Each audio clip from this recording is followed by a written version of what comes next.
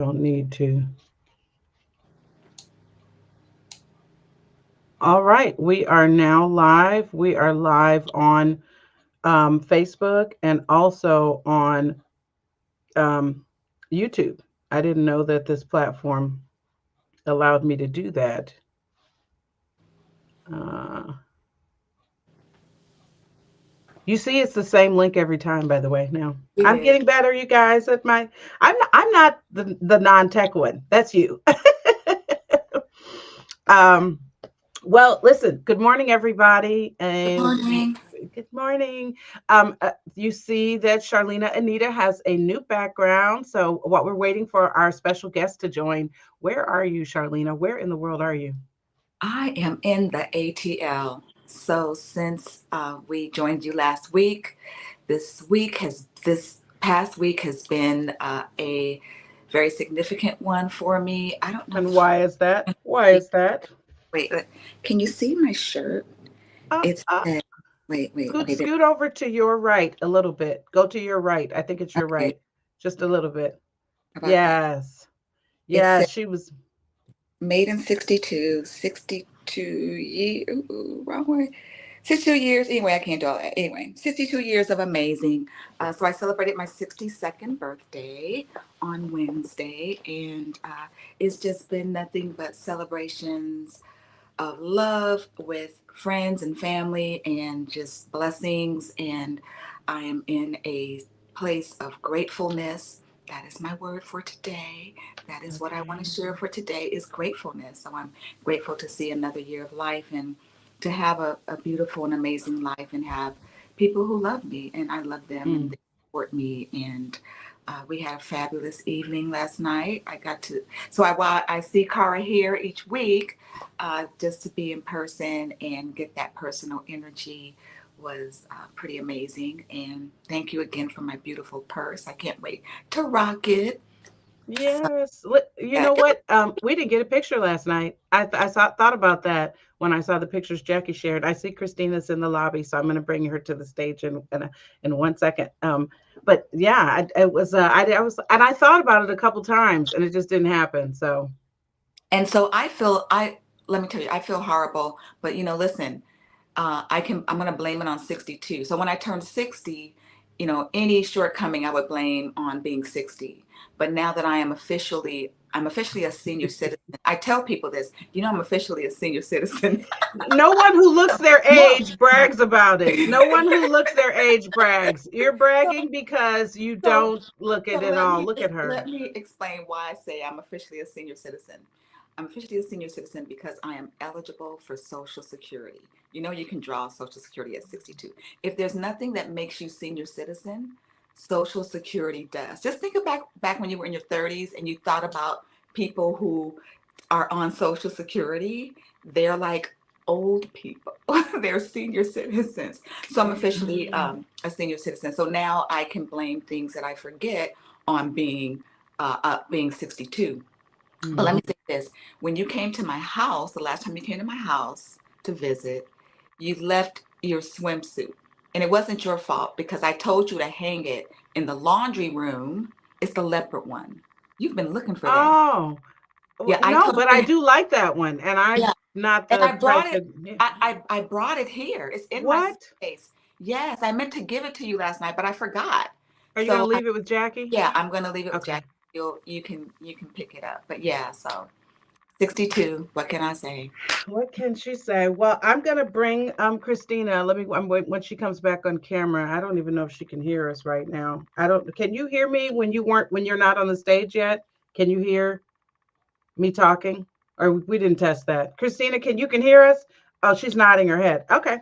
Um, so yeah, I'm gonna give her a chance to get settled, and then we can kick off with our typical format. I would be all over the place.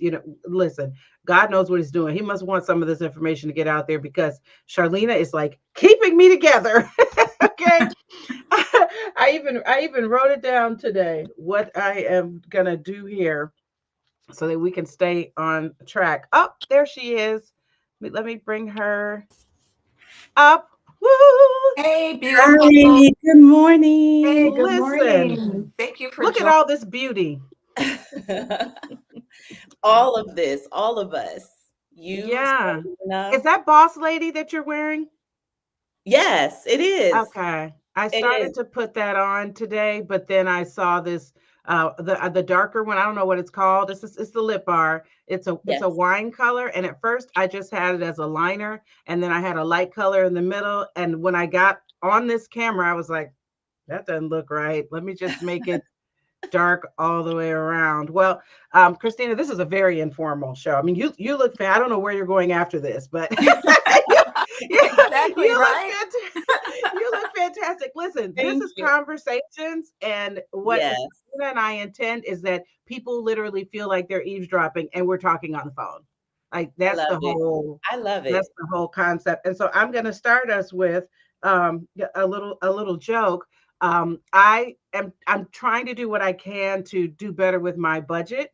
Next year, my top goals are my health, get my weight back down, and get Yeah. my finances together like a freaking adult. Like I really need to adult. I need to adjust to the fact that I'm on one income. You've dealt with this. Both of you have dealt with this. Mhm. You're used to Yes. two income. Like we could do a whole show on that. Okay, Yes. that's not what we're talking about today. But I need to bring it in. So I've been attempting to figure out how I can trim my beautification in a season where I want to be as beautiful as possible all the time. So I said, I'm going to try press on nails. Well, let me show you. This is how it started. Okay. That looks good. And this is how it's going. So if anybody has recommendations on how to do the cheaper press ons, let me know. I know that Charlene and I, our friend Natalie, she's figured it out, but it just feels like such a waste to spend that much money in there. And I don't know if it's the glue I'm using. I don't know if it matters what type of nails they are, but I can't do this. I went years with no manicure and just not beautifying myself because I was so focused on the family. And it's really important to me when I'm out now. I feel like it adds to your femininity to have your nails done. Yeah. And last night at Charlena's little birthday gathering, I'm sitting like this. I'm doing like this. I'm like, oh, I hope Frank didn't notice my fingers because I used to think he was kind of cute and I don't want to look ugly in front of him. I was having a million side thoughts about these nails. So, So You got but you have to make sure your nail bed is completely clean. Like put alcohol on them before you put the glue so that it sticks longer. That's, I mean, that's probably part of what it is. I probably had some shea butter on these right, I was fingernails. getting ready. You use all the potions probably. and stuff. You don't use any of your natural potions and oils Okay. and just wash your hands and put alcohol all over your finger, your nail beds, and then wait for it to dry and then start applying. Oh, well, speaking of natural potions, there's something else funny.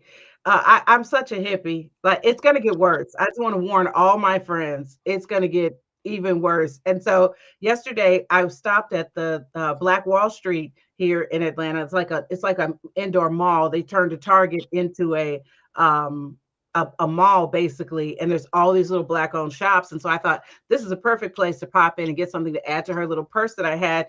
And so when I got you that eucalyptus oil, Charlene, with the crystals, the lady was like, "Oh, this is for protection." And then these earrings, this is obsidian. It's going to do this and that. I said, "Honey, she I don't know should what have any of worn that those stuff today. I'm is." sorry. I should have worn those You today. should have worn them. They would have matched your T-shirt. But I That's was all like, she doesn't know what any of this stuff is. I will know she's protected. right. She will not Thank know what you. any. Thank you. Ah, okay, so I'm going to kick us off. Let me tell you our format, Christina. So we're so Yes, excited to ma'am. have you. I'm I'm going to so excited actually to be here.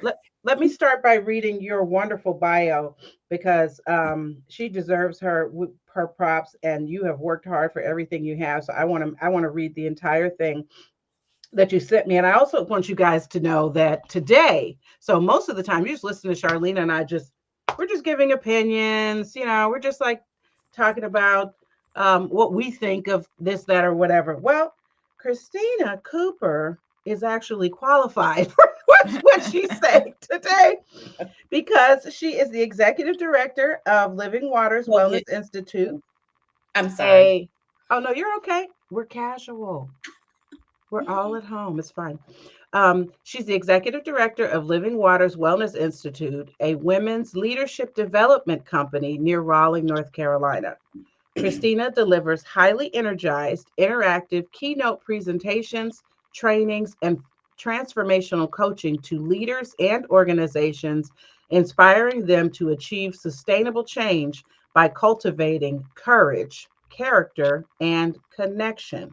These are the hallmarks of Christina's mission, and this is what drives her transformational work with leaders and organizations. As a licensed psychotherapist, with over 20 years in leadership, Christina inspires women in leadership to find deeper meaning and fulfillment in their leadership journeys. She asks the hard questions. Yes, she does. And provides practical tools that stimulate personal and professional growth in leaders while bolstering the cultural health of organizations worldwide. So I read all that to say she's going to get us together today, Charlena. Okay. She's going to get us together. So Try. welcome. Welcome. Oh, I might cry. I'm having a moment today, so No. I have to. I said I'm gonna try. My Oh, try. allergy. I'm doing this because my allergies are somehow activated this morning. So I'm it thinking looks about like I'm crying. crying. I'm probably not, but my eyes are really watery Okay. this morning. So what we're going to do, Christina, is I'm going to start us off by pulling a card from a deck that I have here, just to set our tone for the day, and then we're going to go around our circle and say, and I'm going to ask you, what is your word for the day? Like, what are you bringing to the space today? And what is your beverage of choice this morning? Okay. So I will start. I'm going to make my word that whatever what comes up on the card. Okay, 4. I like to take a deep breath and see what number comes to me. Ooh. Ooh, this is so perfect.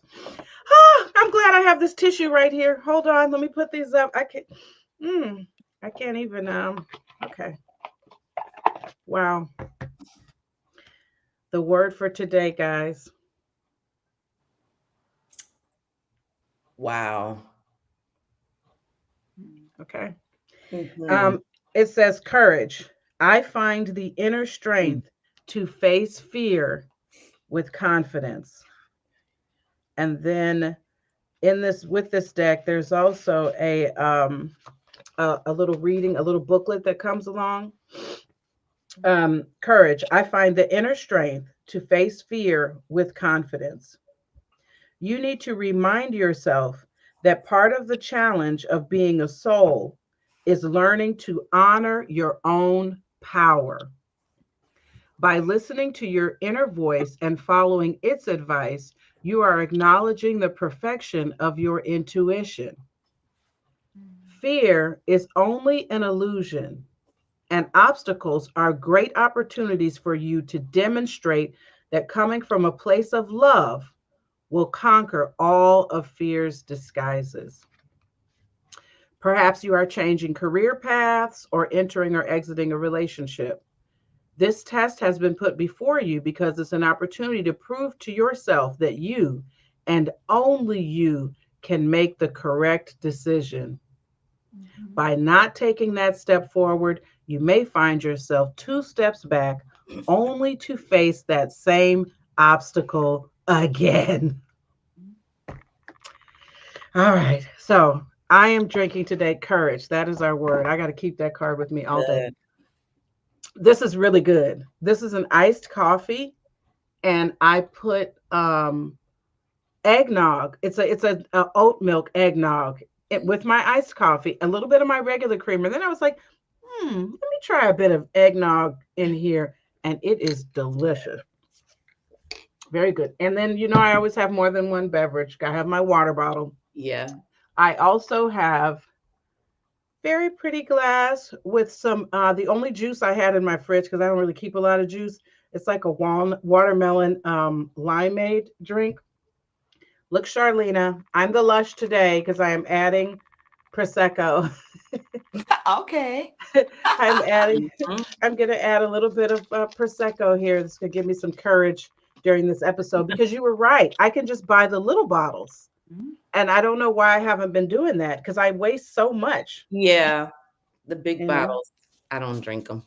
No. Yeah. Okay. Over to Even you, though they're Charlena. not, yeah, even though the small bottles may cost more, really you're saving because you're not wasting. So, my what I'm bringing to the table today is gratitude. As I said earlier, just gracious for, 62 years of life, for friendship, for um, the gifts of life and the blessings of life, and even the challenges, which are opportunities for growth. And you know, I shared a little bit. I think Lewis had shared a little bit about a challenge that occurred this week with his car. And sometimes we tend to think that challenges and obstacles are, we tend to look at them from a negative light always, but many times they are opportunities for growth, or for awareness, or for they're just opportunities that can bring something positive into our lives. And so I had an experience like that. I'm not going to really share much about it, but maybe in another episode. But it gave me gratitude because I learned a very valuable lesson.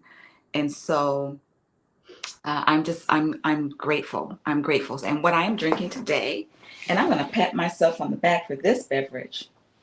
So if we have any of our Jamaican friends in the audience today, I am drinking my own homemade Jamaican Sorrow, which is a Jamaican Christmas drink. And I like mine very strong. I want the sorrow to be strong.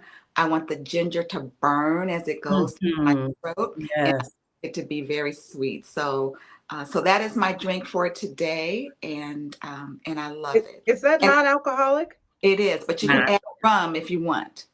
Listen, Christina, she's a lush every Sunday. Okay. But Oh. now today she's leaving me by myself. She said she felt bad because she's always bringing an alcoholic drink, but Mhm. like a mimosa or something like that. But um, And this baby traveled from Florida here to Atlanta with me. Nice. mm. Good Yeah, I stuff. love ginger too, Charlena. Like you Mhm. said, I like it to burn. Those Mhm. that's me. Yes. Totally love. If it doesn't burn, just don't even put the ginger in if it doesn't Yeah. burn when Yeah, it I goes. don't want it if it's not. Yeah. So, Can you believe she's 62, Christina? I No, mean, well, I can because I know that what melanin does to us. So, it's no surprise for anybody that has melanin in their skin that they look 15, 20 years younger than what they say they are. right, but her family has it really strong because Okay. last night there was a little girl at the table who I thought she was a kid, and it was Charlena's cousin who was 32. I mean, she looked literally yeah. 17, 19. 18 years Yeah. old. Yeah. And they get tired of it. They don't want to hear it. That's why she's bragging about being on Social Security. Like she's waited to look somewhere near her age. And, meanwhile, I have like a gray runway strip that keeps trying to come through But right here. Like let me yours is on the side. That's kind of cute. This is not cute. let, let me say this about aging too, and this can be another episode. Life circumstances can age us. And while there's some circumstances that we don't have control over, there are others. And I know in the past I've shared, like, sometimes I'm, my age, like when you're buying some alcohol or something, you have to show your ID.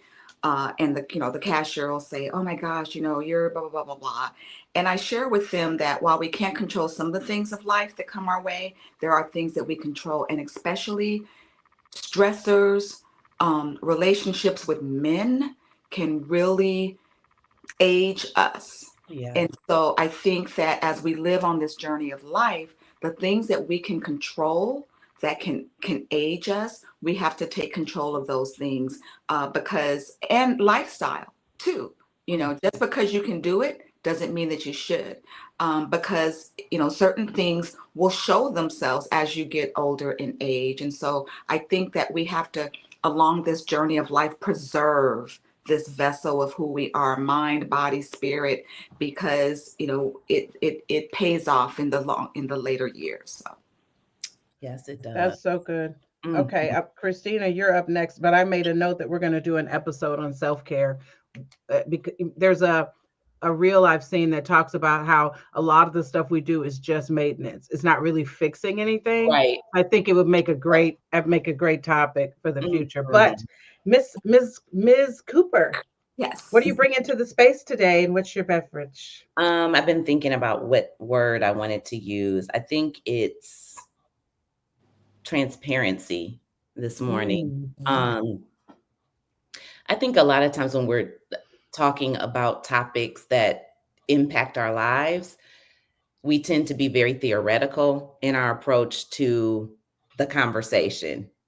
Like, you should, and this is what probably should be happening.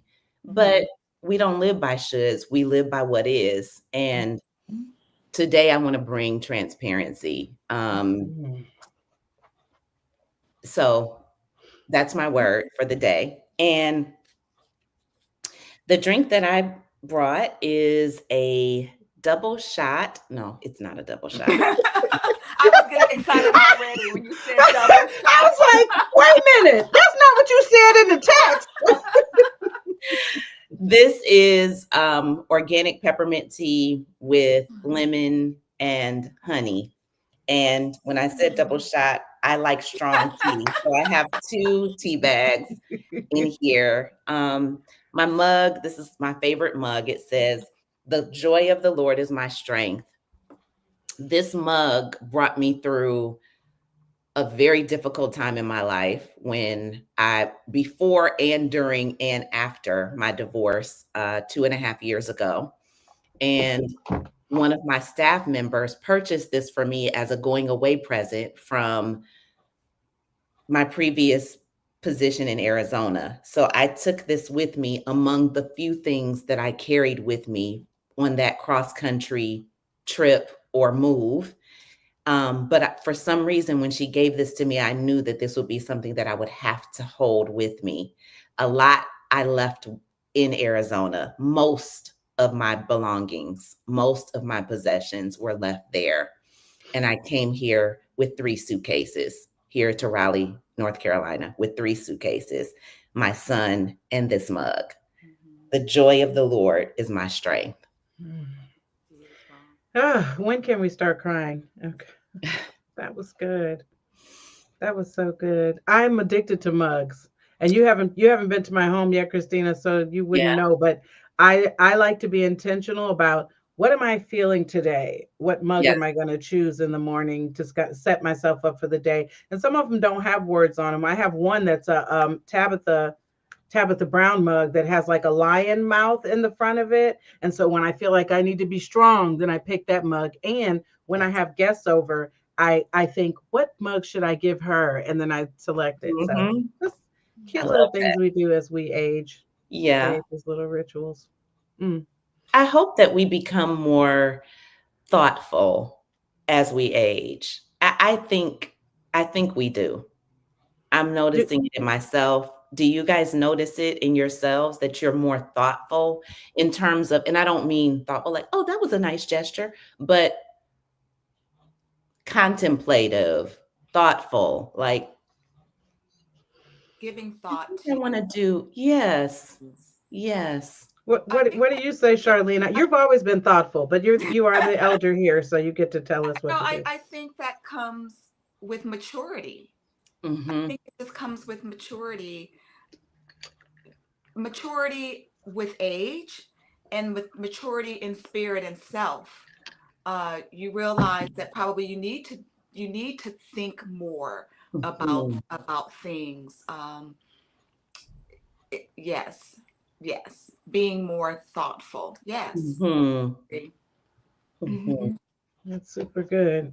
Um, I was gonna say, so I have, let me pick up on where we were last week, and then I have something that I was going to share. But last week, we started our conversation on boundaries. And after the show, Charlene, you said that it was a bit of a challenge for you to connect to what we were talking about. Now, I have to tell you, I was jealous because I feel like I do a terrible job at boundaries and much worse than I ever thought. I thought I was like, when I was really just barking, there was absolutely no bite. I really didn't have a boundary around anybody, but because I was talking a lot, I thought I I had a boundary. But Charlena was saying after that she couldn't really relate, and so I just wondered. Well, you explain. I don't want to put words in your mouth. No, so this isn't, really to toot my horn, but that's not been a challenge for me in terms of boundaries, because I think most people who know me would consider me to be a, a, like a giving person, a compassionate person. That was one of the words that was used to describe me last night. So I would say I have a good heart, but balanced with that good heart is I kind of don't care. Like when I come to a decision, the people that I take into consideration are the people that I love and I know who love me, and their opinions do matter, but other people's don't. And so I think because of that, I'm able, once I make a decision, I can live in that and I can move appropriately, make decisions related to that and how I relate to other people and what works for me and what doesn't work for me. So that sort of makes it easier, I think, for me, is because uh, meshed with the compassion and the loving heart is somewhat of an attitude of really not caring about what people who don't matter. I don't really care about what they think, and I think that's it, Michelle. If that Yeah. makes That's sense. a great internal boundary. And I don't know if if that's intentional or it's something that just developed in you throughout the years, that you Mhm. developed this resoluteness that knows how to, or naturally just shuts out all of the other ancillary people, voices, noise, Mhm. to focus on the decision that you make. And that, a lot of people don't have that. I'm still developing that. Mhm. Um, I can't really say where that came. I gave some thought to that, sort of mhm. where it came from, and maybe it came, so yeah, we have these conversations and it does cause us to reflect. And Mhm. I think about, okay, how did that develop in you? I think it probably came more from just the experiences that I had growing up. I, had to go through certain challenges growing up. And so it put me in a position where I had to either make decisions or I had to do certain things on my own. Um, I had to be the person that I could lean on in certain time in my Mhm. life. And so I think because of that, because I felt like it was just me, even though of course I had my parents, but in certain things it was just me.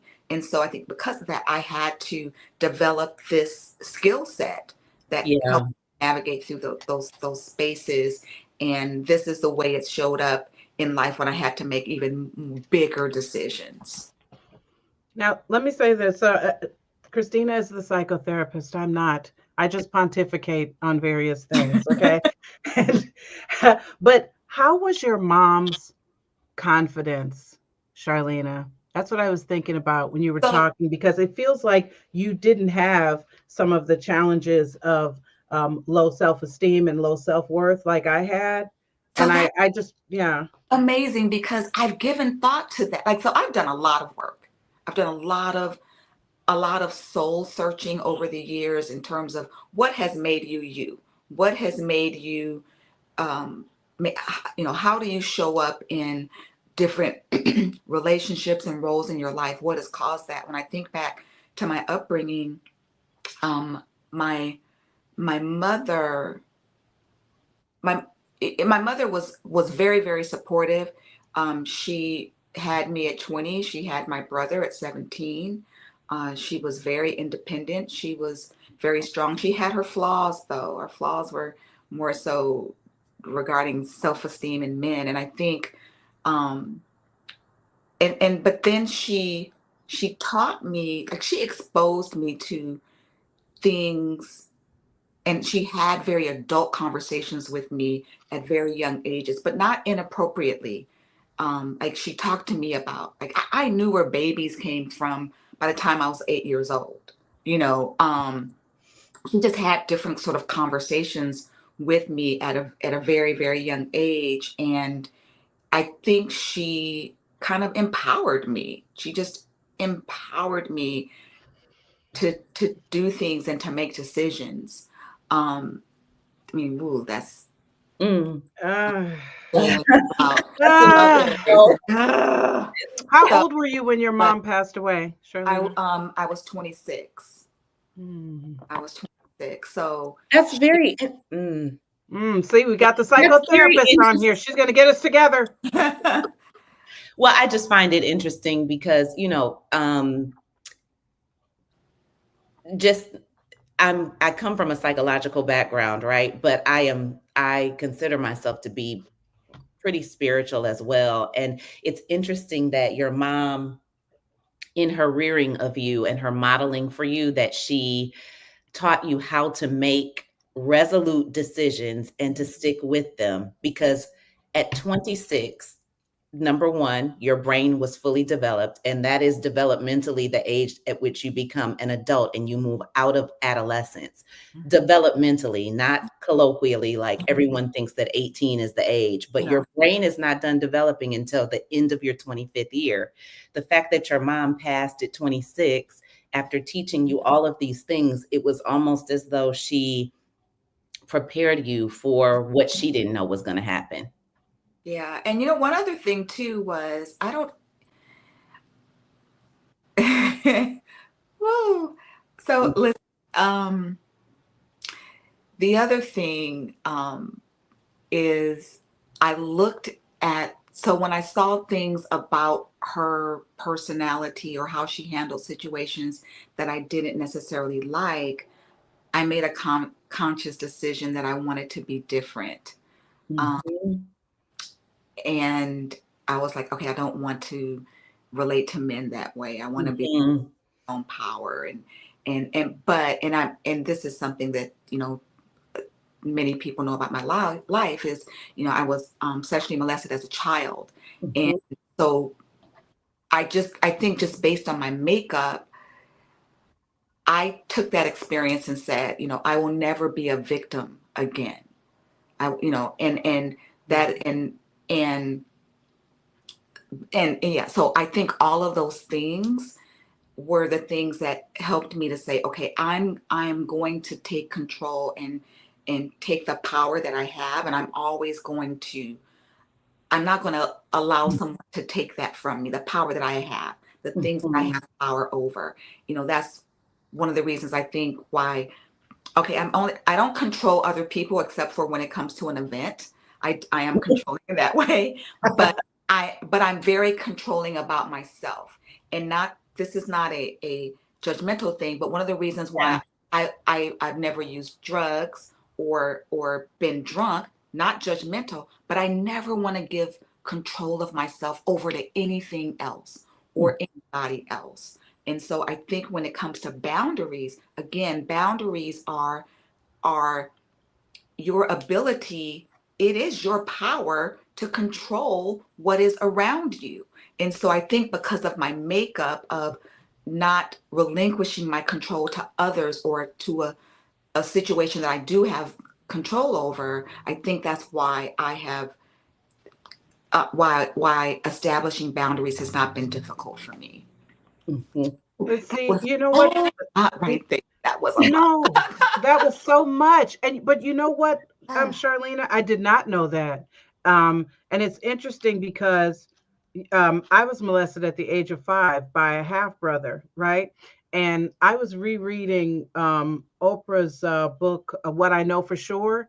And I was doing it immersively, like looking at the book and listening to the Audible at the same time. I heard that that really deepens it. And she's got a whole chapter in there on what she calls the disease to please, which is my exact problem. And what she said was that she feels that having your boundaries violated as a child, it sometimes, I wish I had the book handy, but it blocks you from knowing how to guard yourself and govern yourself as an adult. But it had the opposite effect on you. And that's interesting. I don't think that I knew that.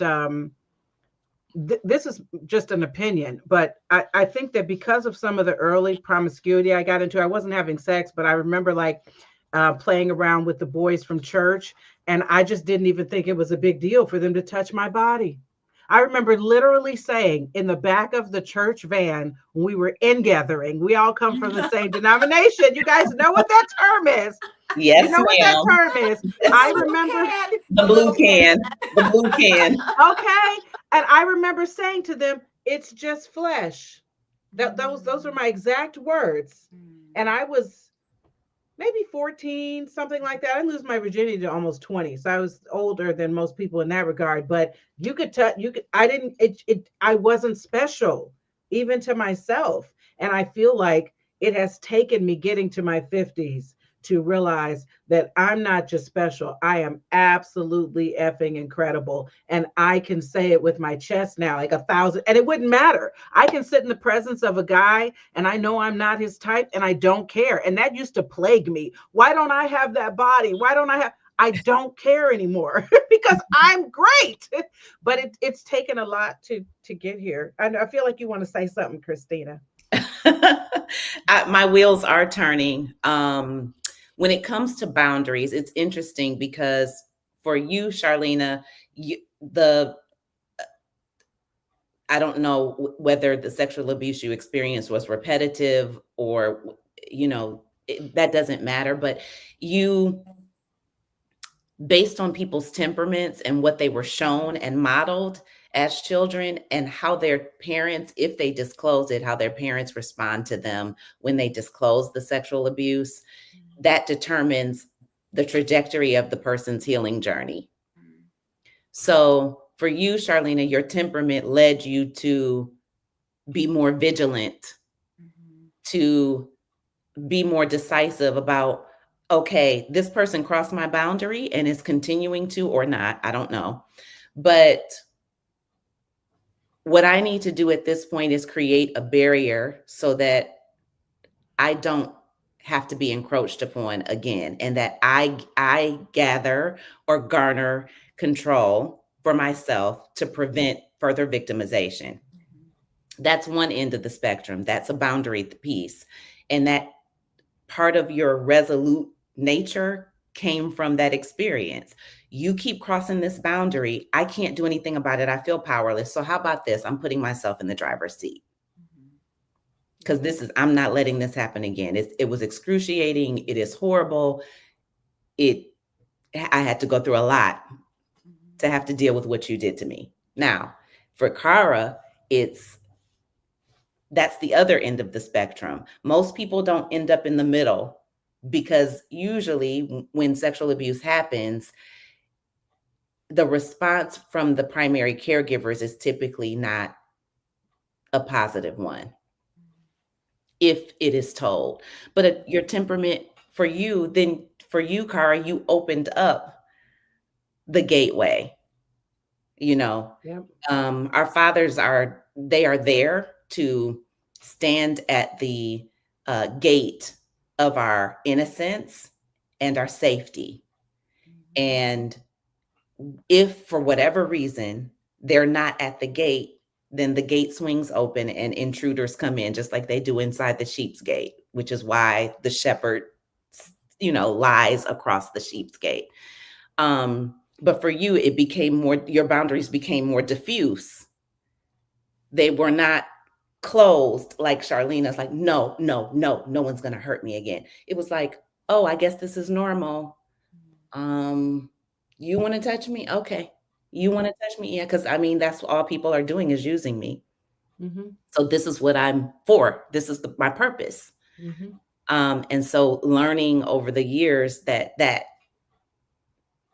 boundary had been skewed, that it had been distorted, that it had been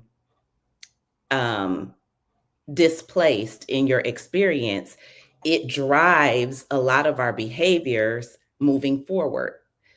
Boundaries, what I find, even in my practice, is that no matter what the issue is that people come in with, and I've seen everything, nothing that anybody can say to me really can surprise me anymore. I've been practicing 26 years. I've seen and heard a lot.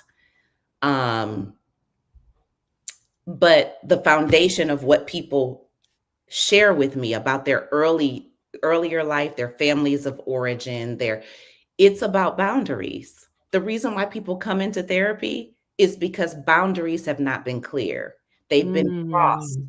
early in life, and those patterns continue to build throughout life, creating high stress, trauma and all of those things. So when we talk about boundaries, people think it's like, oh, it's just a relational dynamic. You have to learn how to set them. Well, it's the foundation of all dysfunction in our world. Mm. And Wow. that's where most of Say our that again, Christina. Hold on. I'm going to type that in this chat so I can pop it up. It's the foundation of what? the foundation of, I think I said all dysfunction in our Lack world, of boundaries. lack of boundaries or a pervasive pattern of boundary crossing or boundary violations. Mm. So we all have had to deal with this. And it's also very interesting that when we think about boundaries, and even when you go back spiritually to how God created the earth, and when he was creating the earth, he modeled for us what boundaries need to look like and how they need to be present. In creating the earth, it was a ball of water at first, right? Um, the reason why we're not swallowed up is because of the magnetism of the moon that controls the tide. Otherwise, we'd be sitting on the beach and we'd all be swallowed up. We wouldn't, none of us would be here if that foundational premise of boundary setting, if God had not put it in place from the Mm. foundation of the world. So he gives us a blueprint for maybe not exactly how, but that boundaries are paramount. We have to think about boundaries. We have to understand boundaries in order to live the life that he created for us. Mm. And so, yeah, I have more to say, but I'll just be So let me ask you Well, this, Christina. So for someone who is watching and they realize, hey, I'm challenged with setting boundaries. Uh, and I'm glad that Cara asked me, about, my history and all of that as to why I feel like that's not a challenge for me.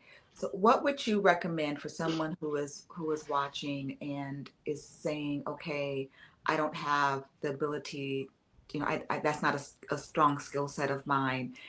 It from, just our dialogue so far, would you recommend that that person maybe sort of take a look back into, their past and see, you know, because we are the culmination of our experiences, right? And Mhm. so, what would be your suggestion to someone who was saying, hey, I hear Charlene share her story, how do I get to that point? What do I need to do Mhm.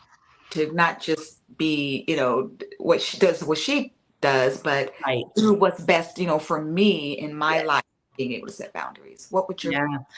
The first thing is to look back. You want to identify, what is it that I'm afraid of if I set a boundary? mm. What am I afraid of? Type that, Cara? I am. I'm already Okay. on it. Okay. Oh, that's huge. That's Yes, huge. because Yes. if we don't know the why, we can't come to the how. Mhm. We have to identify why. What am I afraid of? Mhm. And then we move into, once we identify what we're afraid of, then we identify the why. What am I afraid of and why? Where did this pattern of fear come from? Mhm. Because we don't just develop fears, they are the result of patterns. Mhm. Life shows us patterns, and we're humans and we pick up patterns. Once we see a pattern, like, oh, every time Uncle such and such comes over, he always wants me to give him a hug and I don't feel comfortable. Or then he wants to kiss me on the cheek, or then he wants to he's not safe. I don't feel safe. He's not safe. So we develop these ideas about people and about the world based on patterns. Mhm. So, what am I afraid of? Why am I afraid of this thing? And then where did that come from? what are the patterns? What are the gingerbread crumbs that lead back to the home where all of this began? And if I can interject one thing as well. So you made a statement about, whenever I see Uncle so and so, he wants to give me a hug, and that doesn't feel well. What are your thoughts about, let's say that was your experience, and maybe you told your mom or your dad and they discounted that. I had an experience like that. Mhm. My mother, while she was so not perfect, I just am so grateful for who she was. I had a play uncle that Mhm. same thing, and I told my mom, and I didn't have to go over there anymore. So what about the person who wasn't protected, and because they weren't protected, they don't have the strength, like so no one modeled to them, no one protected them and gave them the foundation to be able to set, healthy boundaries. When we're looking back, how do they work through all of that? The foundation, because they have a weak foundation. How Yeah. do they fix their foundation when what was modeled to them or the lack of protection didn't give them the foundation to launch and be healthy with boundaries? Mhm.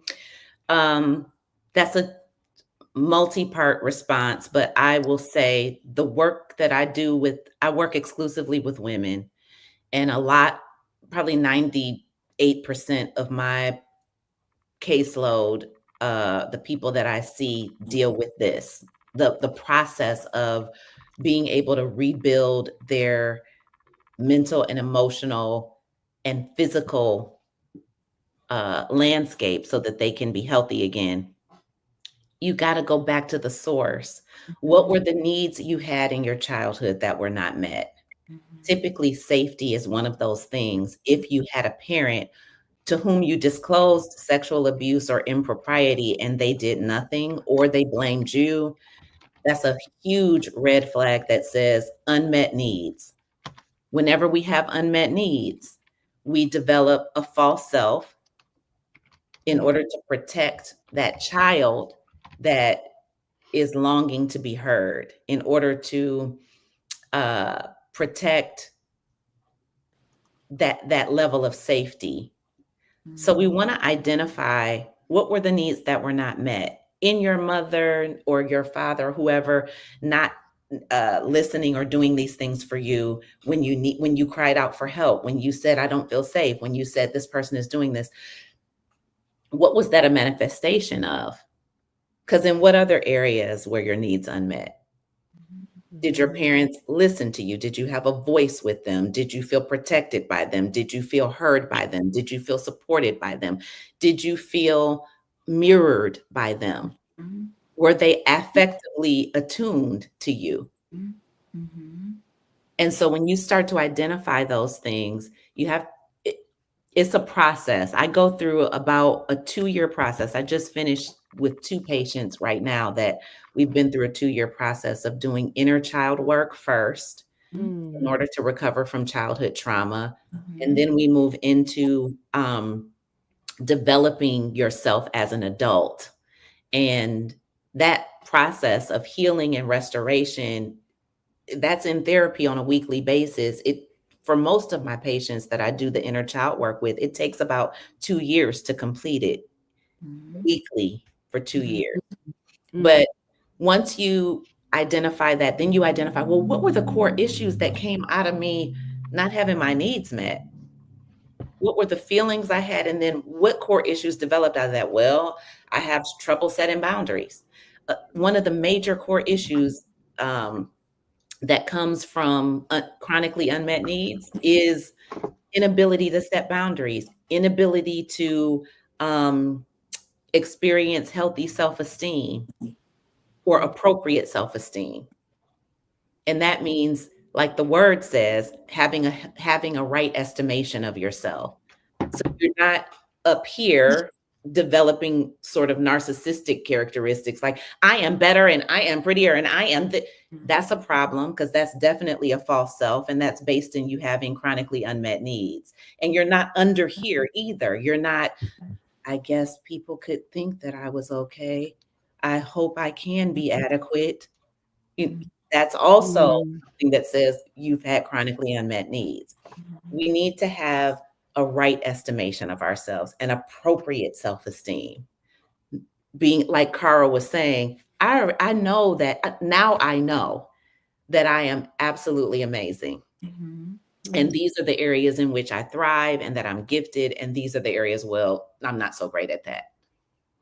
And That's you know what? When yeah, you develop that internally, it resonates with the world. It yes, goes before you when you go places. Like I've already seen it. Just the same as the your lack yes, and your thirstiness and all the other stuff presents before you. The same thing is true for confidence.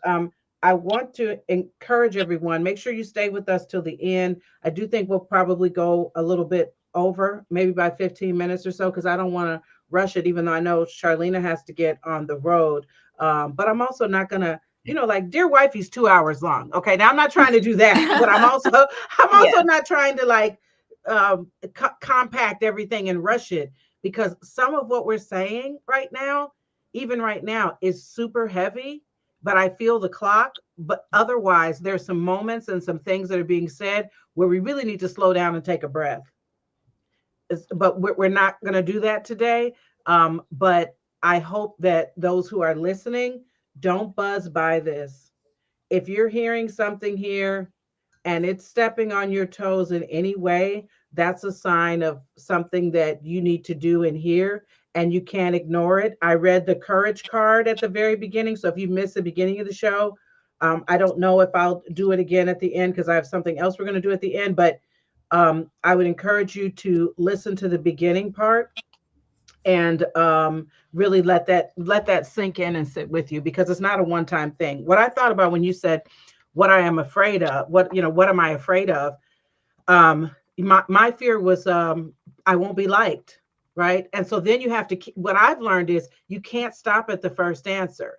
So, and I've learned to as my bestie says, look at things with curiosity, a situation, a person, myself, a behavior that I showed somewhere. Not nearly enough people are doing this, and I get it. It's really hard. But look at yourself. Why did I do that? Why did I act like that? What is that about? mhm, Approach it with curiosity, not judgment. And so when I say, what am I afraid of? I am afraid of not being liked. And so then I dig it into that and say, well, why do I care about being liked? Oh, because I want to be thought well. Why do I want to? Someone taught me that a while ago. Just keep digging into that why. And for me, when I got to the bottom of that, I realized that I was doing all this extroverted behavior, not because I'm actually extroverted, but it was all tied back to not feeling liked as a child, never being popular, never being included. And then I went through this short season here where I was included in stuff, invited to all these things or whatever. And y'all, I was exhausted and my pockets were very light. I yes. was like, don't invite me, take me off the list. And I also found that I don't really enjoy being around a lot of people. I can do it sporadically, but it is not my jam. And Charlena knows back in the day, I would have big game nights and stuff. I never invited her. Like I have a lot of friends who would be like, how could she be so close to that chick? I've never seen her before. Because that was not her, that wasn't her vibe. Yeah. She was settled in herself and she knew that. And so I knew better than to invite her, because she might feel kind of obligated to show up sometimes. And it wasn't really, her thing. So it just has taken me so much longer to know myself, because I spent so many years performing. And it wasn't fakeness. I feel like I was just as authentic 10 years ago, but a lot of it was this is what I'm supposed to be doing, or this is what I should be doing. Oh, I have this beautiful home, so let me run everybody through here like a train station. That was my last home. This home, I didn't even need to bless this home. I bought this home, it was already blessed, and I've had very few people over here, like a much smaller circle at any given time. And it was such a blessing last week. I had some people in here to clean my chimney out, which cost a lot more than I expected. But the woman told me as she was leaving, she said, "You have a very high energy home." And I was like, "Oh, I it's love working." that. No, Yes. I've got all my little practices now. I have a specific incense I light every morning throughout the house, all over, just to kind of set the energy. It helps me to be in a calm, grounded state of mind. So that was a real blessing. I just did a lot of talking, but I want to share something with you guys and turn the mic back over to y'all. This is from Iyanla Van Zandt. Y'all know this is my mama. Yes, I attended her rites of passage last year. I Yeah. met her in person. She is 100,000% the real deal. Um, and that's all. And she doesn't care if you believe it or not, which is Right. another thing that I learned. She doesn't care. You can't get to a certain level and still be concerned about Right. people in the comments. Okay. Oprah has haters. Yes. So, you have to let it go. So anyway, this is called Until Today, and I've read this most days this year, and each month has a theme. And the month of December is about peace. Peace.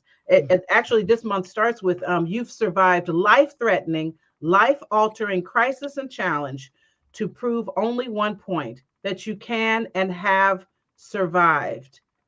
Be at peace with the way you proved the point. Ooh. Ooh. Mm.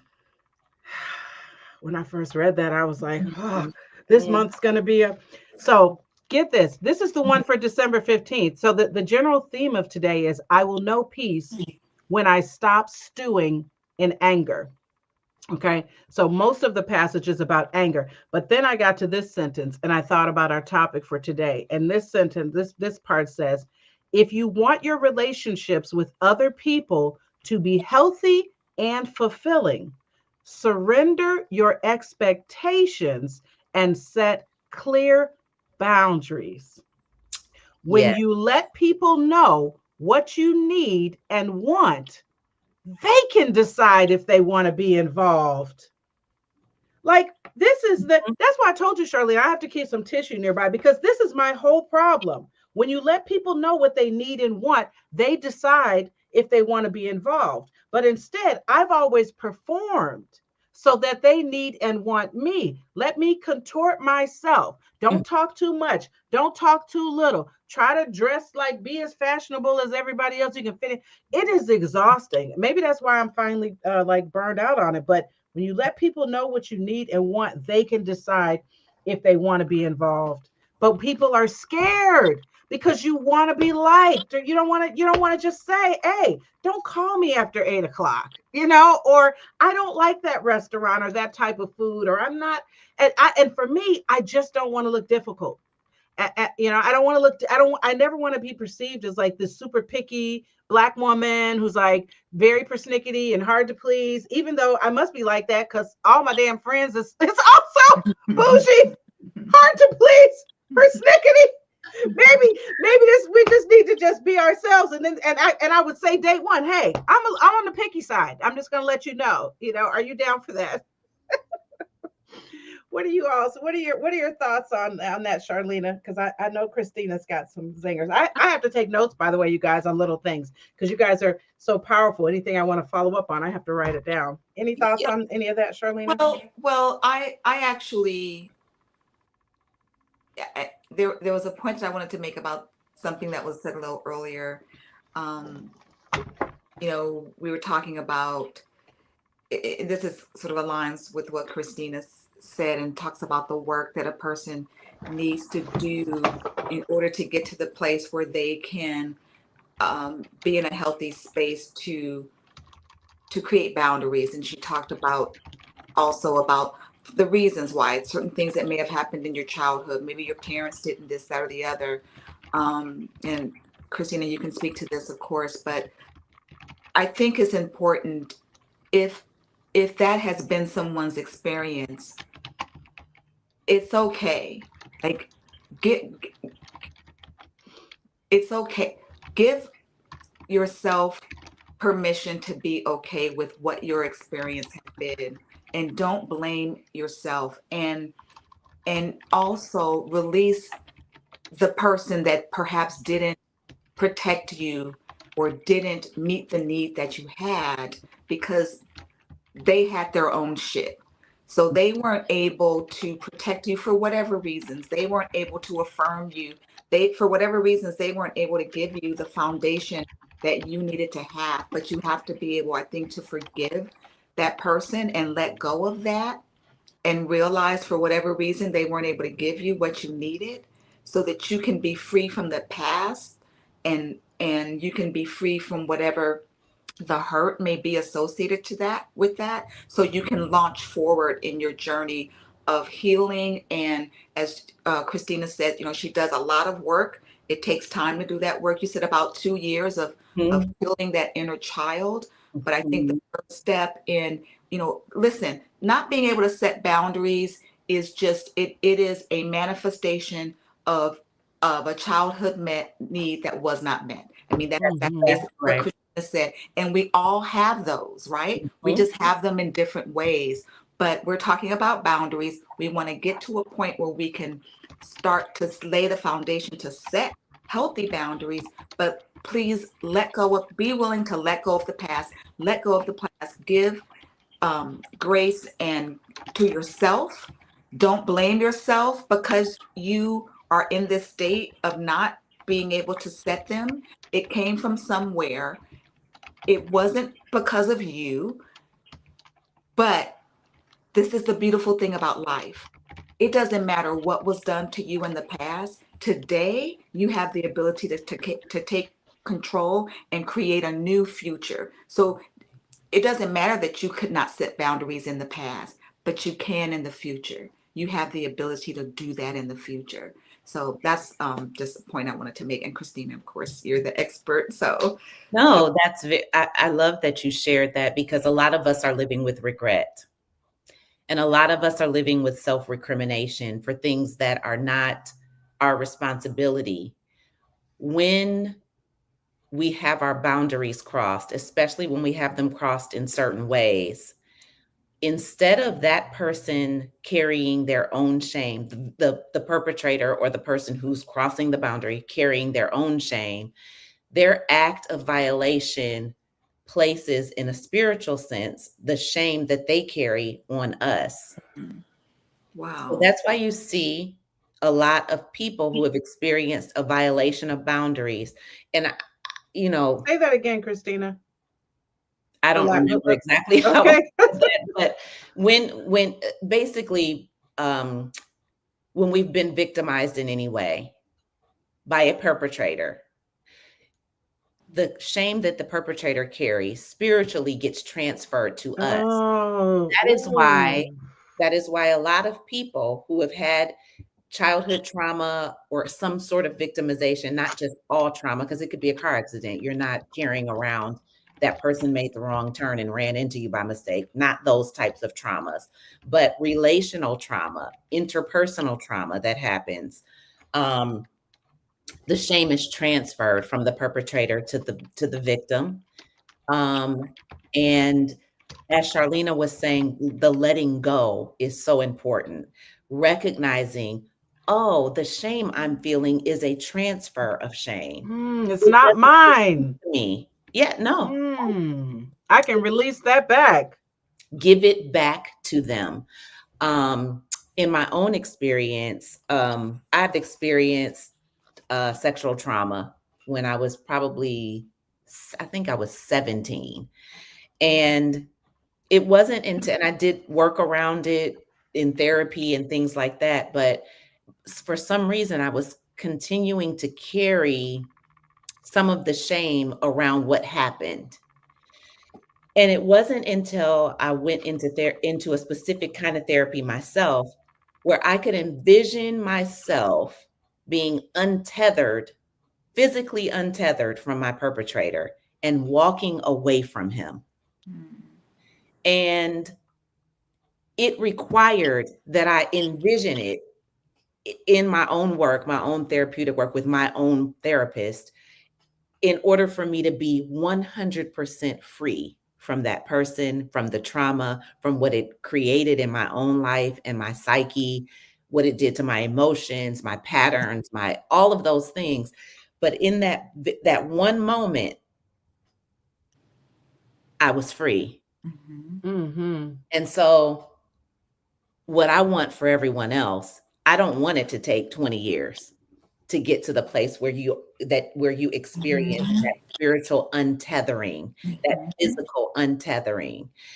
Do the work now. When you realize that was traumatic, go see somebody. Mhm. Mm-hmm. Mm-hmm. So if Mm. it's sexual, it could be, again, your parent that didn't affirm you in your decisions. Mhm, It may not even be any sort of abuse of any kind. It could be mhm.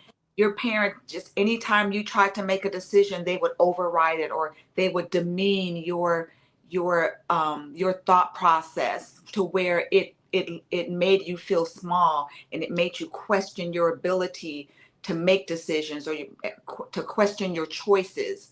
And so you never felt empowered within yourself. So even that, let whatever it is that has caused you to not feel empowered to make decisions for yourself, whatever the cause is, we've got to let go of that, so Mhm. that we can move forward. Do not embrace or believe that, oh, I'm just not one that can set boundaries. You Oh, no. are. You Yeah. are someone. You are that person. You just Mhm. gotta let go of the old shit, and Yeah. then you feel that.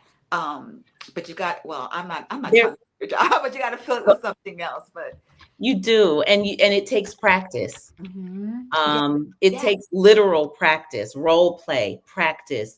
There are certain people in your life where there's maybe a pervasive pattern of boundary violations.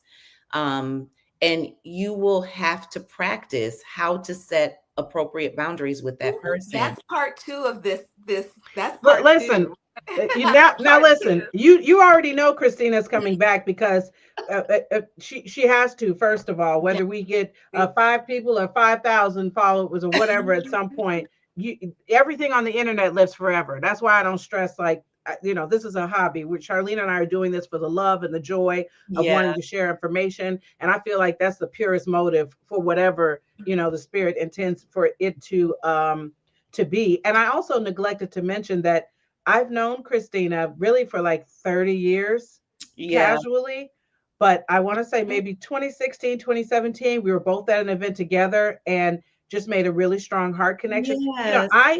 I love I could get so emotional, but I love Mhm. when you meet someone and it's so organic and Yeah. authentic, and now that I understand like attracts like, it Yeah. makes so much sense because we have an unexplainable connection that Yeah. was really instantaneous. And so I'm So just so grateful for you. I really am. And you're helping grateful for you. you're helping me so much today. I want to give another assignment, and I'm going to put it up here because this is what I'm going to be doing a lot for the rest of the month. Write it down, man. Mhm. Write this stuff down. So I love talk therapy. How I use talk therapy and other modalities, or as Iyanla calls them, spiritual technologies and things like Yes. that. I'm into a lot of different things that I'll eventually share on the show, because I'm now free of Mhm. concern about what anyone thinks about anything I'm doing. God knows He can interrupt me at any time and say, mm-mm. Okay. So I don't care. I don't care anymore what anybody else thinks, but I love tapping. This is something that Yeah. helps me. And I don't know enough about it to teach other people, but physically moving things out of your body. I've experienced so much of my healing last year was through other things besides, in addition to talk therapy, that there's so much that could help people if they were open, prayerfully to receiving the information. And so I write things down now. I burn them, and I've learned it's not enough to burn. Or she recommends burning things with an actual match and not a lighter because of whatever's involved with the match. I can't explain it well, so I wouldn't bother trying to reteach that. But when you burn the things, also take those ashes and throw them away. Don't even keep the ash. Like, don't even keep the ash Mhm. of the things that you burned. So if you're going through a major change, or if you're trying to recover from some childhood stuff, or a relationship has ended, write those things down, burn them, take those ashes and move them away from your home. And it doesn't have to be a one-time thing, y'all. It's a journey. I'm Yeah. 2 years out of my divorce. I want Christina to come back and share her divorce story. And I had to tell a friend just a week or so ago when she was like, yes, move forward. I am moving forward. This is what moving forward looks like. And because she's a close friend, we were able to lovingly have that conversation. And I was able to explain to her that the grieving process for anything can't be timed. I can't That's right. control when Christina should be over it. Christina can't even fully control it. She might think she's over it, and then she's in a situation that brings all that stuff back. Now, out of the three of us, Charlene is the one sitting here with, she didn't have a lot of trauma, like the same level of trauma to recover from, like getting divorced and then realizing what you were really in, which is more so our story. And so that's why the title of her episode is The Anatomy of a Loving Divorce. Oh, Mm-hmm. yes. Yes. We don't have that testimony No, over here on this no, side. no. But when you're ready to come back and share that, I would love to. I'm not wrapping up right now, but I would love to hear that story when you're ready to tell. But yes, definitely write it down, burn it.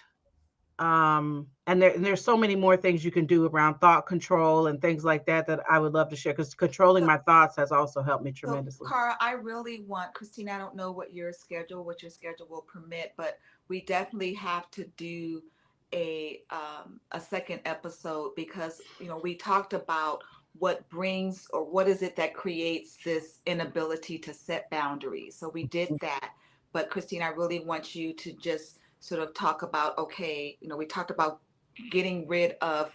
You do the exercise to burn, all of the stuff that led you to this point, but how do people move forward in Yes. being There's able, you talked about it takes practice, talk about, I want to be able to talk about those things because I want us to be able to empower people to yes, make the changes. practical changes Yeah, that have to be yeah, made. Being yes. able to go ahead. Sorry. No, but I want us Yeah. to have an episode to Yes. truly be able to explore all of that. Because if we just leave it here, we just, there's a void. Yes. And There's don't so and many, don't beat yourself up if you fall short too. You're not going to get it perfect all the time, and that's my issue. You fail and then you think you're a failure, and so then it takes you that much longer to get up, try again, you know. so here's some I want to, if we're closing, I'm not sure if we are, but I don't want to have the conversation about how to unearth these things and then we have them in our hands and don't know what to do with them. Mhm. So when we're looking at setting boundaries, there are 4 things that we have to remember. And Hold on. Cara, are you ready to type? Yes, I'm Okay. right. I'm on it right now. Okay.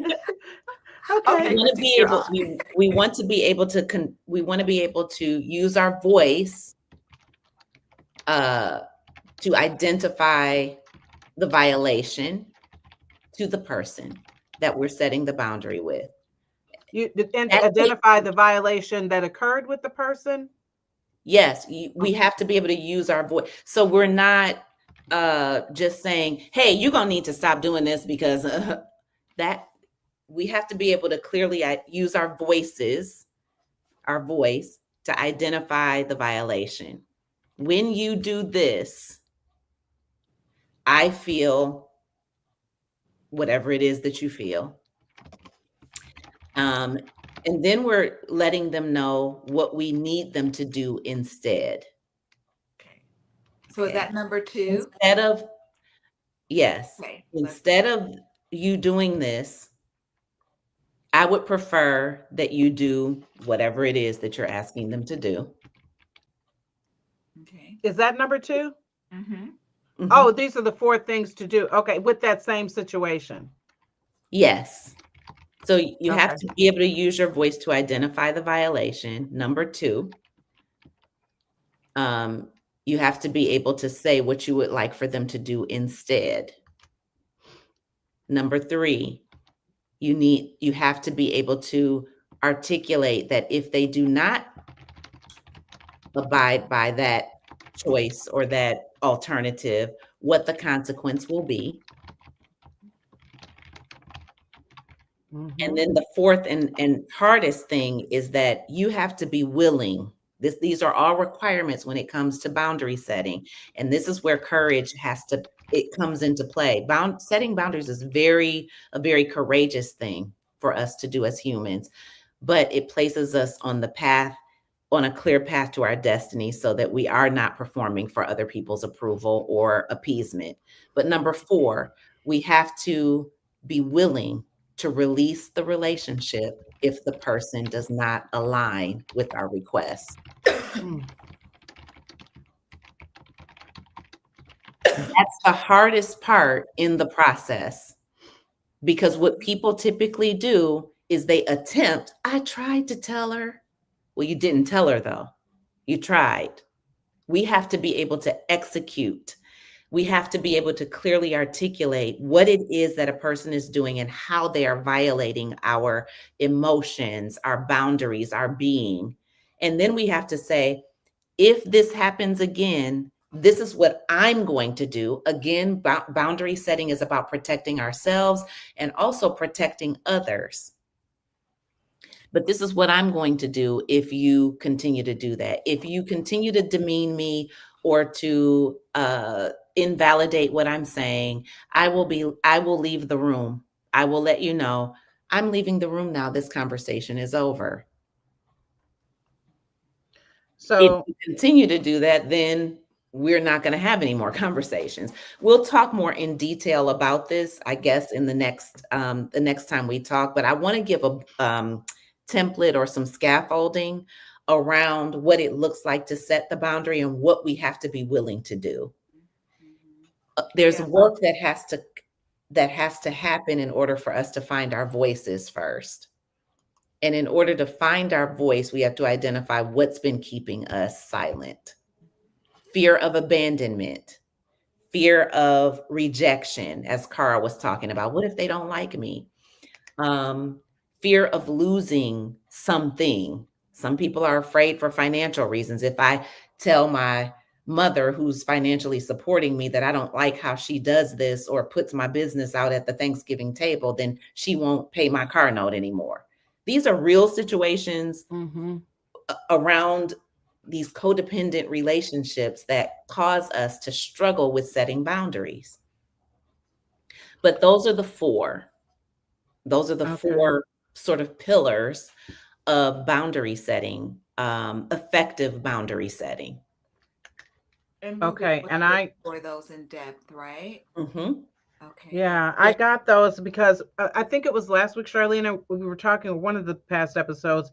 I was saying that I don't feel like you should share things with people until you're ready to stand on your word, because it invalidates you. Like if somebody listens to this episode and then they immediately walk and tell somebody, I'm not doing that anymore because I just watched, the Rebirth experience with Coach K and I heard what Christina said, and you got to be really settled in yourself, because if you say it but then the consequence doesn't happen, baby, you're not even just starting from scratch, you're like in the negative, because nobody believes you anymore. I mean, you could still, and you can disagree with me, Christina, because maybe you can still, just because you invalidated yourself that one time, the next time you might mean it for real, and then they're shocked because you've cried wolf before. But I have just learned for years, let me sit with my decision within myself for a while and then share it when I know that I'm going to stick to it this time. And to some extent, I do agree with that, but you won't know until you said it. You can have an intention in your mind and struggle with carrying out the consequence. That's okay, because you haven't had practice. This person in your life has been repeatedly overstepping boundaries and you've been allowing them to do so. So giving ourselves grace and saying, I'm going to set an intention, and if they cross this boundary, I'm going to try my very best to enforce the consequence so that I can honor my own well-being. But if I don't do it perfectly, it's okay. Because it's a muscle. I mean, you said it takes practice, and it's a muscle that you're building. It's a muscle that's been atrophied, and so now you've got to rebuild that muscle. So Yes. because listen, if you even if the first couple of times you don't follow through with the consequence, right? Even if you don't, so okay, this is new to you. So listen, I don't want Let's to. try again. I don't, Let's get try all again. into, but I think we can definitely. It's a lot of exploration we can do with these 4 points. Mm-hmm. Really help empower people. So you're going to be able to give them the tools Mm-hmm. that they need and can practice that we all can, because that we all can use in our lives. So And whether people it's can come relationship, on. pardon? I mean, I'm willing to practice with people. I do this all the time in my practice. And I used to work at a beautiful healing campus in Arizona called the Meadows. And it's where a lot of the celebrities go to get their healing. Then they're like secret, like, oh, they're somewhere in Arizona. They're at the Meadows. We did a lot of work around this with a lot of my patients there, and practicing it in front of others, receiving critique around, well, when you said this to your mother, who I would be playing whoever the person was that they had a conflict with or needed to set a boundary with. But the practice empowered the patient so much that they would leave group and be like, yeah, I called my mom after group and had the conversation. And either the mom might have been, okay with it or not okay with it or whatever, but there is strength in practicing and getting acquainted with your voice. When you practice, you become more acquainted with your voice, a voice that maybe has been subverted throughout the years. So, yeah. Looking forward to that. Well, we're going to close, but I have a typo in point number 4. And because I do that for a living, I have to retype that one and put that in the comments. And while I'm doing that, I want to pop this comment up and see, can you touch on this, Christina, before, and then we'll do our closing. Okay. Is this one Lucianne? Yes, from Lucianne. Hi, Lucianne. That's my college, one of my college Lucianne. buddies. I was talking about you weeks ago, Lucianne. It's good to see. So Lucianne says, please let's talk about releasing people, even in our immediate and extended families. I wholeheartedly believe in boundaries. Mm-hmm. Yes, we can definitely talk about that. I think that is one. See, now because I don't have close extended family ties. I think that I would have to bow out of giving advice on that, because of course, before I used to give advice on everything, even if it didn't relate to me, but it wouldn't be hard for me to cut people. I'm a boundary just being down here in Atlanta. If I lived in my hometown, I definitely have family members that would encroach in different ways, trying to stay with me, different things like that. I imagine I would be caught up more in that some of the local drama. So I managed to avoid this. Is just for her, just so she doesn't have to wait 2-3 weeks for us to talk about this. But there is a book called #Healthy Adult. Oh, yes. In this book was written by Lori Jean Glass, I love her. She's an amazing speaker. And there were times when I would be wanting to go into, if I would be speaking at a conference and she was next to me speaking, doing her section, I would be wishing that we were not scheduled at the same time, because I wanted to be in her workshop, not my own. When they put her in. But in this book, Lori Jean Glass talks about circle boundaries. There's a whole chapter on it, but the book is about attachment and how we attach to others based on our childhood patterns and our family's origins. In this book, toward the middle or end, there's a chapter on circle boundaries. The concept of circle boundaries is that everyone in your life needs to be intentionally placed in a concentric circle in your life. And I want to draw that out. I want to make a circle now. Right, because she has it in here. But that we're consciously aware of what we share with this person, how we communicate with this person, what this person gets to know about us, and to what extent intimacy is practiced in that relationship. Mhm. When we are clear about that with everyone Mhm. in our lives, we don't have to worry anymore about whether we're being pulled off the path to our destiny. And I'll get Mm, deeper into that later. But mm, when we are mm. in a position where we are attempting to appease other people's expectations, we come off of the path of our own destiny and we jump onto their path.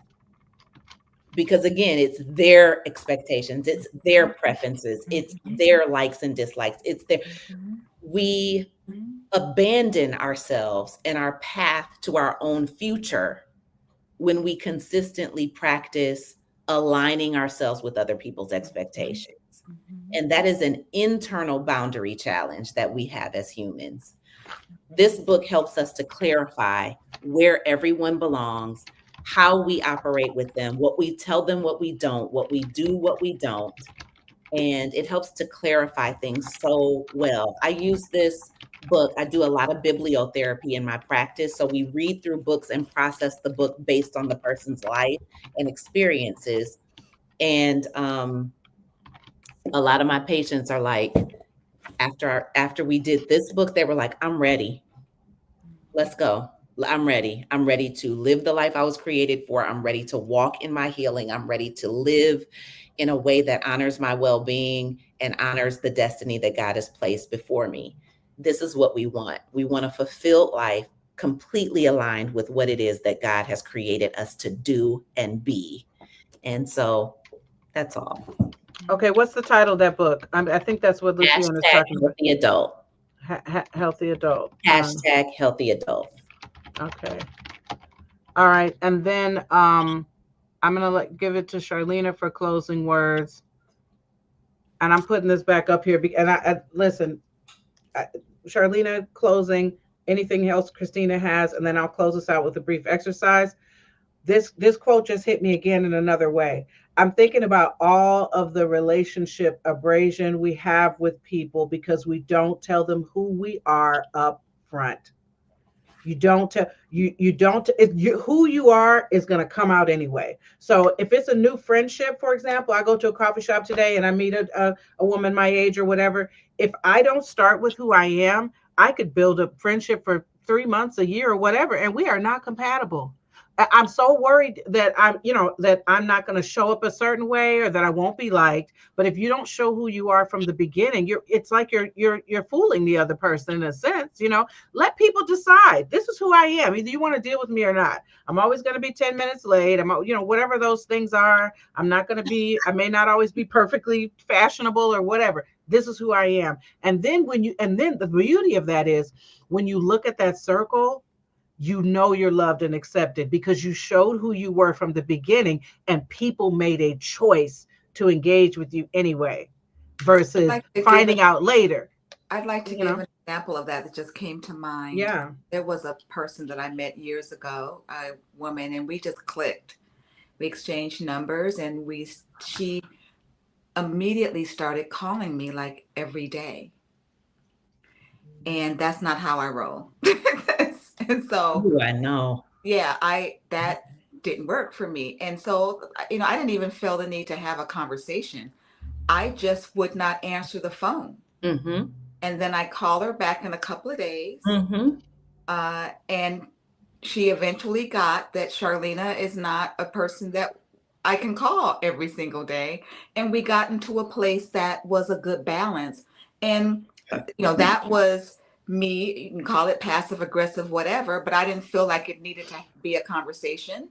Um, and she basically realized that, okay, I can't call Charlena every day. And she had the choice of if she was a person that felt like I want to talk to this person every day and she doesn't want to talk to me every day, she could have made the choice, well, this isn't a friendship that I want. And she could have walked away. Mm-hmm. Um, but we found a place that worked for both of us. And that was basically just setting a boundary of the level of communication, the amount of communication and the frequency of communication that I wanted.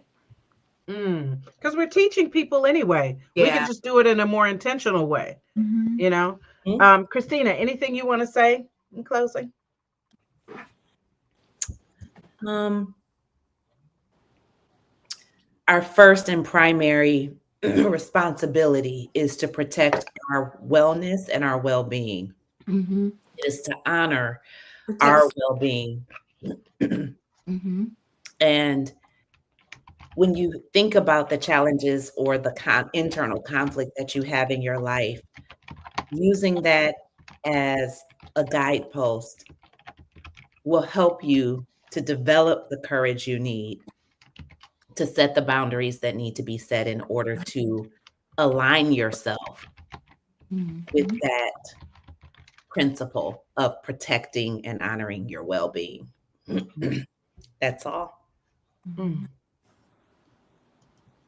Okay, pop that up there. Okay. I am so grateful. I am so grateful for you ladies today. And I made it through this whole episode with no tears. But I think because Charlena had me take notes. Did you write that down? So I'm going to close us out with two quick things. And one is I'm pulling a card from this How to Love Yourself deck that I got from Amazon. It's a deck of 64 affirmations. And so, like I explained last week, I put the cards here and I take a deep breath and I believe that the Holy Spirit tells me what number to pull. This is not a tarot deck. Right. I'm just explaining that, but I'm not asking anybody's permission, and I don't care what you think. I think we've established that today. This is something that's helpful to me, and so I am sharing that. And so I'm going to pause and see what card. Now we got courage at the beginning of the show, and okay. So let's see what we get going into the week.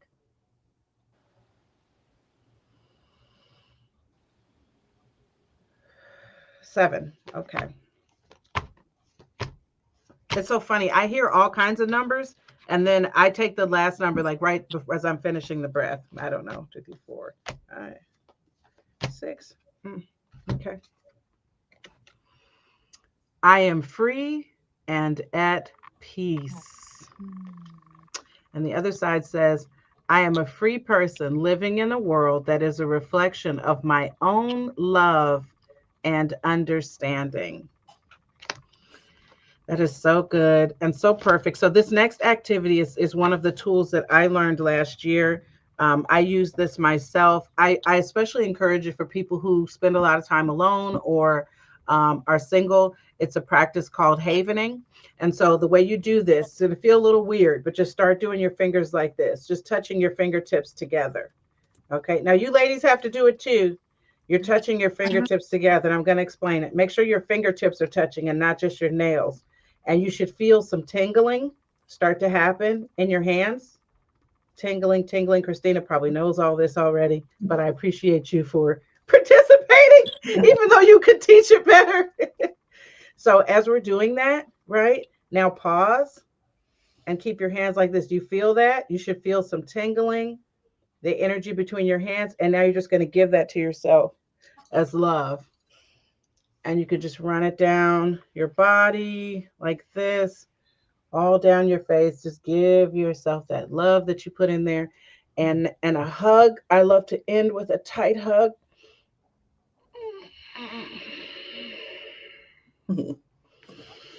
All right, and now we're just going to do one breath this week. Mm-hmm. Make sure you're sitting up straight. Oh, Christina, take us through this breath.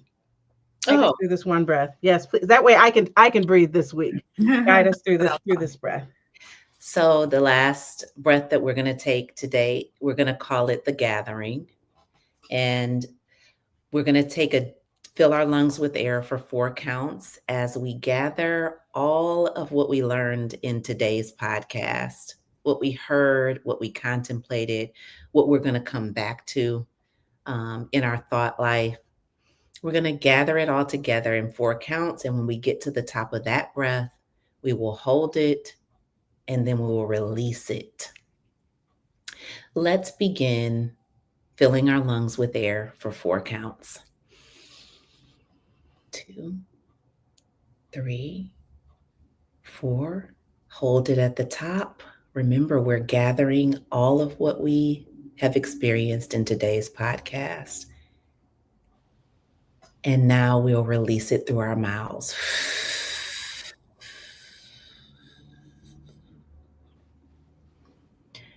Hold that breath at the end.